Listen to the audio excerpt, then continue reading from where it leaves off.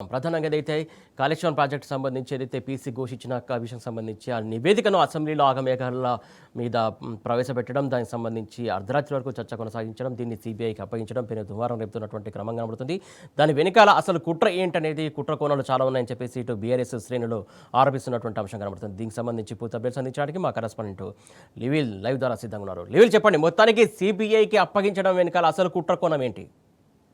ఇవాళ ఏదైతే కాళేశ్వరం ప్రాజెక్టుకు సంబంధించి మొదటి నుంచి కూడా కాంగ్రెస్ బీజేపీ రెండు ఒక్కటై ఆడిన డ్రామా మరొకసారి స్పష్టమైంది. 2022 నుంచే కాళేశ్వరం ప్రాజెక్టుపై అడ్డగోలు వాదనలు, అడ్డగోలు ఆరోపణలు, రాజకీయ కుట్రలో భాగంగా ఇద్దరు కలిసి చేసిన గేమ్ ప్లాన్ ఇవాళ సక్సెస్ అయింది. ఏదైతే వాళ్ళు మొదటి నుంచి అనుకొని చేసిన పథకం ప్రకారం ఇవాళ వాళ్ళు ఆడిన నాటకం విజయవంతమైందని చెప్పుకోవచ్చు. ఎందుకంటే కాళేశ్వరం ప్రాజెక్టు తెలంగాణకు ఒక జీవనాడి, రైతాంగానికి ఒక ఆయుపట్టు లాంటి ప్రాజెక్టు. కాళేశ్వరం ప్రాజెక్టు తెలంగాణ రాష్ట్రం ఏర్పడిన తర్వాత త్వరితగతిన పూర్తి చేసుకొని తెలంగాణ రాష్ట్రానికి ఒక వరప్రధానిగా రూపకల్పన చేశారు నాటి ముఖ్యమంత్రి బీఆర్ఎస్ అధినేత కేసీఆర్. కానీ వాళ్ళ కాళేశ్వరం విషయంలో బీజేపీ మొదటి నుంచి కూడా కుట్రలు పండింది. ఆ కాళేశ్వరం ప్రాజెక్టుకు సంబంధించిన అనేక విషయాల్లో కూడా అడ్డుపడే ప్రయత్నం చేసింది. వాళ్ళ ఏదైతే అదే కాకుండా దానికి సంబంధించి ప్రధానంగా కాంగ్రెస్ ప్రభుత్వం, కాంగ్రెస్ పార్టీ కూడా ఆనాడు రెండు పార్టీలు బీఆర్ఎస్ ప్రభుత్వం చేసిన కాళేశ్వరం ప్రాజెక్టుపై ప్రతి విషయంలో విషయం చిమ్మే ప్రయత్నం చేశారు. ఆ విషం అనేది వారికి రాజకీయంగా ఒక కుట్రలో భాగంగా వారికి పనికొచ్చింది. ప్రప్రదంగా ఇవాళ కాళేశ్వరాన్ని పూర్తిగా పండబెట్టే పని పట్టిరు అని చెప్పేసి చెప్పుకోవచ్చు. ఈ నేపథ్యంలోనే వాస్తవాలకు సంబంధించి కాంగ్రెస్ పార్టీ కావచ్చు, బీజేపీ గురించి వాస్తవాలను మాట్లాడుకుంటే కేంద్రంలో దేశంలో వాళ్ళిద్దరి మధ్యలో వైరం ఉన్నప్పటికీ రాష్ట్రంలో మాత్రం చోటేబాయ్ బడేబాయ్ అనే బంధానికి ఒక ఫెవికాల్ బంధం అని చెప్పేసి కూడా బీఆర్ఎస్ పార్టీ ఆరోపణలు చేస్తుంది. ఆరోపణలు ఇవాళ నిజమైపోయినాయి. నిన్న ఏదైతే సిబిఐ ఎంక్వైరీకి నిన్న ఆదేశించిందో కాంగ్రెస్ ప్రభుత్వం, దానికి అక్షరాల ఆయువు పోసింది బీజేపీ ఆనాడు అధ్యక్షుడిగా ఉన్న కిషన్ రెడ్డి. 2022లోనే దానిపైన అనేక సందర్భాల్లో బండి సంజయ్ కావచ్చు, కిషన్ రెడ్డి కావచ్చు, అనేక సందర్భాల్లో మాట్లాడిన మాటలు ఇవాళ మరొకసారి గుర్తు చేసుకోవాల్సిన అవసరం ఉంది. ఆనాడు ఏదైతే కాళేశ్వరం ప్రాజెక్టు సంబంధించి కుంగిపోయిన నాటి నుంచి మొదలు పెడితే నేటి వరకు కూడా బీజేపీ కాంగ్రెస్ మైత్రి బలమైన మైత్రిగా బంధం ఏర్పడి, ఆ బంధం వల్ల బీజేపీ కాంగ్రెస్ పార్టీలు బీఆర్ఎస్ను తొక్కాలి, బీఆర్ఎస్ పార్టీని పక్కకు పెట్టే విధంగా చేయాలి, అది కాళేశ్వరం ప్రాజెక్టును పక్కన పెడితేనే సాధ్యమైద్దనే ఆలోచనలో ఆ కుట్రలు పన్నీరు. ఆ కుట్రలు ఇవాళ నిజమైనవి. అందులో భాగంగా ఇవాళ సిబిఐ ఎంక్వైరీకి ఆదేశించారంటే ఆనాడు కిషన్ రెడ్డి, బండి సంజయ్ చెప్పిన మాటలు ఇవాళ అక్షరాల రేవంత్ రెడ్డి పాటించిండు అనేది ముమ్మాటికి నిజమైంది. ఇవాళ ఏదైతే రాహుల్ గాంధీ ఏమో కేంద్రం చేతిలో సిబిఐ ఈడీలు కీలుబొమ్మలుగా మారాయి. ఏదైతే ప్రతిపక్షాల గొంతు నొక్కడం కోసం, ప్రతిపక్షాలను బంధించడం కోసం సిబిఐ ఈడీని బీజేపీ ప్రభుత్వం వాడుతుందని దుమ్మెత్తిపోస్తుంటే రాష్ట్రంలోకి వచ్చేసరికి రేవంత్ రెడ్డి మాత్రం అదే సిబిఐని ఇవాళ ప్రయోగించడం వెనుక ఎవరి హస్తం ఉంది, ఎవరి కుట్రలున్నాయి అనేది మనం ప్రధానంగా అర్థం చేసుకోవాలి. ఆ కుట్రలన్నీ కూడా ఇవాళ పటాపంచలు అయిపోయినాయి. అందుకే సిబిఐకి కొత్త నిర్వచనం చెప్పారు. సిబిఐ అంటే సెంట్రల్ బ్యూరో ఆఫ్ ఇన్వెస్టిగేషన్ కాదు, కాంగ్రెస్ బీజేపీ ఇన్వెస్టిగేషన్ అని చెప్పేసి వాళ్ళ ప్రశాంత్ రెడ్డి కొత్త నిర్వచనం చెప్పారు. అక్షరాల నిజమని చెప్పుకోవచ్చు. ఎందుకంటే వాళ్ళ సిట్ ఉంది, అనేక సమస్యలు రాష్ట్రంలో దర్యాప్తు సమస్యలు ఉన్నాయి. కానీ వాటిని ఏది కాదని ఏకంగా సిబిఐకే ఇచ్చిర్రంటే దీని వెనుక ఎంత కుట్ర ఉంది, ఎవరి స్వప్రయోజనం ఉంది, ఎవరిని బంధించాలి, ఎవరిని బదనాం చేయాలనే కుట్రలో భాగమే అనేది కూడా మనం స్పష్టంగా చెప్పవచ్చు. అంతేకాకుండా వాళ్ళ కాళేశ్వరం ప్రాజెక్టుకు సంబంధించి కేవలం హరీష్ రావు, కేసీఆర్ పేర్లు పదే అందులో ప్రస్తావించి వారిద్దరి వల్లనే దానికి నష్టం వాటిల్లిందని చెప్పే ప్రయత్నం చేసింది కాంగ్రెస్ ప్రభుత్వం. దానికి డంకా బజాయించింది బీజేపీ పార్టీ అని కూడా స్పష్టంగా చెప్పాల్సిన అవసరం ఉంది. అందులో భాగంగానే వాళ్ళ కాళేశ్వరం కమిషన్ వేసిర్రు.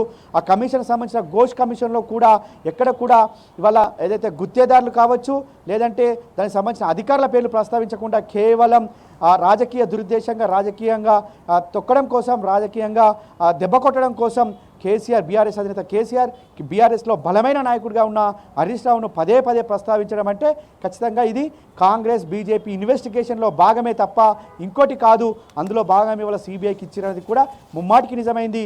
ఇవాళ అనేక మంది ప్రధానంగా నిన్న మొన్నటి వరకు ఏదైతే రాహుల్ గాంధీ కావచ్చు, రేవంత్ రెడ్డి కావచ్చు, ఇది సిబిఐ అంటే కేంద్ర జేబు సంస్థ అని చెప్పినటువంటి వ్యక్తులు, దానిపైన నమ్మకం లేదన్నటువంటి వ్యక్తులు ఈ రోజు సిబిఐ గురించి ఇలా మాట్లాడడం, సిబిఐకి అప్పగించడం అంటే ఏంటి అసలు? అయితే మొదట్లోనే రేవంత్ రెడ్డి ఒక విషయం చెప్పిండు. కేంద్రంలో ఉన్న మోడీ బడే బాయ్, నేను చోటే బాయ్ అన్నాడు. వాళ్ళ చోటే బాయ్ బడే బాయ్ బంధం మరింత బలమైంది. ఆ బలమైన బంధంలో భాగంగానే రాహుల్ గాంధీ ఎన్ని చెప్పినా నాకేంటి, మా బడే బాయ్ కోసం నేను చేస్తానని వాళ్ళ రేవంత్ రెడ్డి చేసినని చెప్పేసి కూడా బీఆర్ఎస్ పార్టీ ప్రధానంగా ఆరోపణలు చేస్తుంది. ఆరోపణలన్నీ కూడా ఇవాళ నిజమైనవి. వాళ్ళ కేవలం ఆయన కొద్దిసేపటి క్రితమే రాజకీయ విశ్లేషకులు, నీటి రంగ నిపుణులు వి ప్రకాష్ మాట్లాడుతూ భౌతికంగా కాంగ్రెస్లో ఉన్నప్పటికీ ఆయనే మానసికంగా చంద్రబాబుకు అటు మోడీకి మధ్య వారసత్వంగా పనిచేస్తున్నాడు, అనుసంధానకర్తగా పనిచేస్తున్నాడు అని చెప్పేసి ఏదైతే చెప్పిండో ఇది అక్షరాలు నిజమైంది. అది నిజం కావడం కోసమే ఇవాళ సిబిఐకి ఇచ్చిండు. పదే పదే రాహుల్ గాంధీ ఏదైతే రాజ్యాంగానికి చేతపట్టి ఇది ఈడీ సిబిఐలు బీజేపీ జేబు సమస్యలు అయినాయి, వాళ్ళ ప్రతిపక్షాలపైన ప్రయోగిస్తున్నారు, ప్రతిపక్షాలను వాళ్ళ జైల్లో వేస్తున్నారని చెప్పిన మాటలు ఏవైతే ఉన్నాయో అవన్నీ కూడా వాళ్ళ పటాపంచలు అయిపోయి రాహుల్ గాంధీ చెప్పిన దానికి విరుద్ధంగా ఇవాళ సిబిఐకి ఇవ్వడం అంటే బీజేపీ మైత్రికి రేవంత్ రెడ్డి కొత్త నిర్వచనం ఇచ్చారు. అదే ఇవాళ రేవంత్ మోడీ మధ్యలో చంద్రబాబు అనేది కూడా ఒకటి చర్చ జరుగుతుంది. ఆ చర్చలో భాగంగాని వల్ల ఖచ్చితంగా ఈ సిబిఐ ఎంక్వైరీని కూడా మనం ప్రధానంగా చెప్పుకోవచ్చు. అంతేకాకుండా ఇవాళ ప్రధానంగా ఏదైతే కుంగిపోయిన తెల్లారే ఏఈ స్థానికంగా ఉన్న ఈ మహదేవ్పురం పిఎస్లో మహదేవ్పూర్ పిఎస్లో ఫిర్యాదు చేస్తే దానిపై కూడా ఇప్పటి వరకు విచారణ స్వీకరించలేదు, దానిపైన ఎంక్వైరీ చేయలేదు, దానిపైన ఎలాంటి రిమార్క్స్ లేదు. కానీ అంటే ఒక కుట్రలో భాగంగానే అవన్నీ తీసుకోకుండా దీని వెనుక అసాంఘిక శక్తులు ఉన్నాయి, దాన్ని పేల్చారని చెప్పేసి కూడా చాలామంది చెప్పినప్పటికీ కూడా పట్టింపు చర్యలు పట్టించుకోలేదు. కనీసం పీసీ ఘోష్ కూడా ఎవరైతే సబ్ ఇన్స్పెక్టర్ కావచ్చు, అక్కడ ఉన్న స్థానిక ఎస్హెచ్ఓ కావచ్చు, లేదంటే ఫిర్యాదు చేసిన ఏఈని కూడా పిలిచి విచారణలో భాగంగా అడగలేదు. అంటే ఇది కేవలం రాజకీయ దురుద్దేశం, రాజకీయ కుతంత్రాల నడుమ జరిగిన సన్నివేశంగా చెప్పుకోవచ్చు, ఆ కమిషన్ అని చెప్పుకోవచ్చు. మొదటి నుంచి కూడా బీఆర్ఎస్ పార్టీ చెప్తూ వస్తుంది అది పీసీ ఘోష్ కాదు, పీసీసీ కమిషన్ అని చెప్పేసి కూడా చెప్పింది. అది వాళ్ళ నిజమైంది. మొట్టమొదటగా దానికి లీకులు ఇస్తూ వచ్చి వాళ్ళ ప్రధానంగా ఏదైతే ప్రత్యేకంగా హరీష్ రావు కేసీఆర్ పేరు ప్రస్తావించి వీరికి ఇద్దరి మధ్యలో ఇద్దరు చేయబట్టే కాళేశ్వరం ఖరాబ్ అయింది. అంటే కాళేశ్వరం అనేది ఒక మేడిగడ్డ ఒకటే కాదు, అనేక కాంపోనెంట్స్ ఉంటాయి. అనేక సందర్భాల్లో కూడా బీఆర్ఎస్ మాజీ మంత్రి ఎమ్మెల్యే హరీష్ రావు చెప్పారు. అవన్నీ మాటలు కాదని వాళ్ళ మరొకసారి కేవలం మేడిగడ్డను బూచిగా చూపెట్టి 1,00,000 కోట్ల అవినీతి కోసం కమిషన్ ఏర్పాటు చేయలేదు. అది ఎందుకు జరిగింది, దాని వెనుక ఏముంది, ఇది సాధ్యాలపైన కమిషన్ వేశారు. కానీ అవినీతి కోసమే కమిషన్ వేసినట్టు అవినీతి జరిగిందంటూ పదే పదే వల్ల వేయడం, అవాస్తవాలను వాస్తవ రూపాలను వక్రీకరించే విధంగా, ప్రజలను పక్కదో పట్టించే విధంగా, శాసనసభను పక్కదో పట్టించే విధంగా నిన్న మాట్లాడిన మాటలు కావచ్చు. నిన్న ప్రధానంగా ఏదైతే అక్బరుద్దీన్ ఓవైసీ కూడా దీనిపైన అనేక కామెంట్స్ చేసిండు. మీరు కాళేశ్వరమే కూలిపోయింది అంటున్నారు, మూసీలోకి నీళ్ళు ఎట్లా తీసుకొస్తారు, అసలు ప్రాజెక్టు ఖర్చు అయింది 94,000 కోట్లు, 1,00,000 కోట్ల అవినీతి ఎక్కడ జరిగినట్టు, కాళేశ్వరం ప్రాజెక్టు కళ్ళ ముందు క్లియర్గా కనబడుతుంది. అసలు ప్రాజెక్టు ఏంటి, దాని మీద ఎన్ని పిల్లలు ఉన్నాయి అనేది ఆ వ్యయం అంత ఎక్కువ నుంచి వచ్చినట్టు అవినీతి జరిగితే అదే ఇవాళ ఏదైతే కాళేశ్వరం నుంచి మొదటి నుంచి కూడా అంటే కాళేశ్వరం ప్రాజెక్టు యొక్క ఫలాలు అందినాయి. కాళేశ్వరం ప్రాజెక్టు యొక్క స్వరూపం మారింది.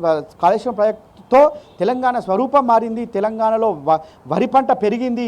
తెలంగాణ దేశానికి ఒక విత్తన భాండాగారంగా మారింది. దేశ నలుమూల నుంచి వచ్చి ఒక అద్భుతమైన ప్రాజెక్టును కొనియాడుతున్నారు చాలామంది ఇంజనీర్లు, మేధావులు. ఇది ఇంజనీరింగ్ వండర్ అని చెప్పేసి కొనియాడుతున్నారు.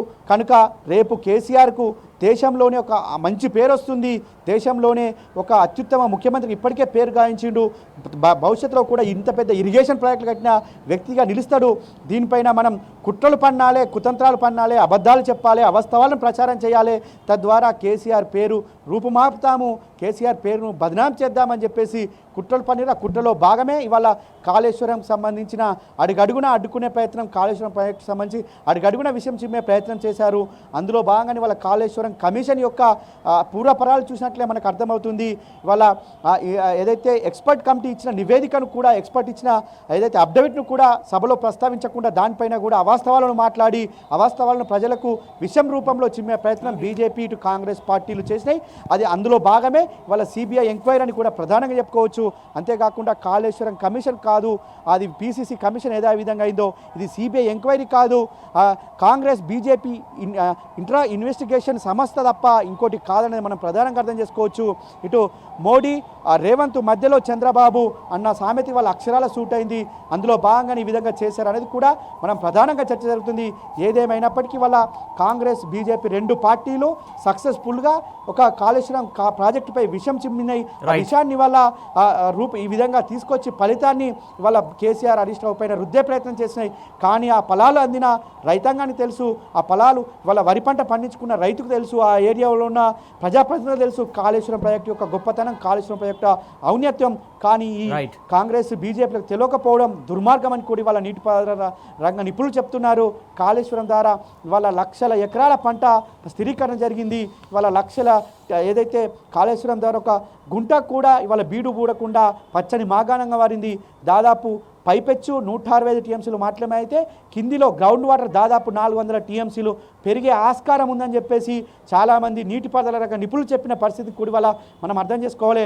కాళేశ్వరం గొప్పదనాన్ని వీరు ఎంత అవాస్తవాన్ని అబద్ధాలు ప్రచారం చేసిన తెలంగాణ రైతాంగం తెలంగాణ ప్రజలు నమ్మరు, నమ్మబోరని కూడా మనం ప్రధానంగా చెప్పుకోవచ్చు. సురేష్.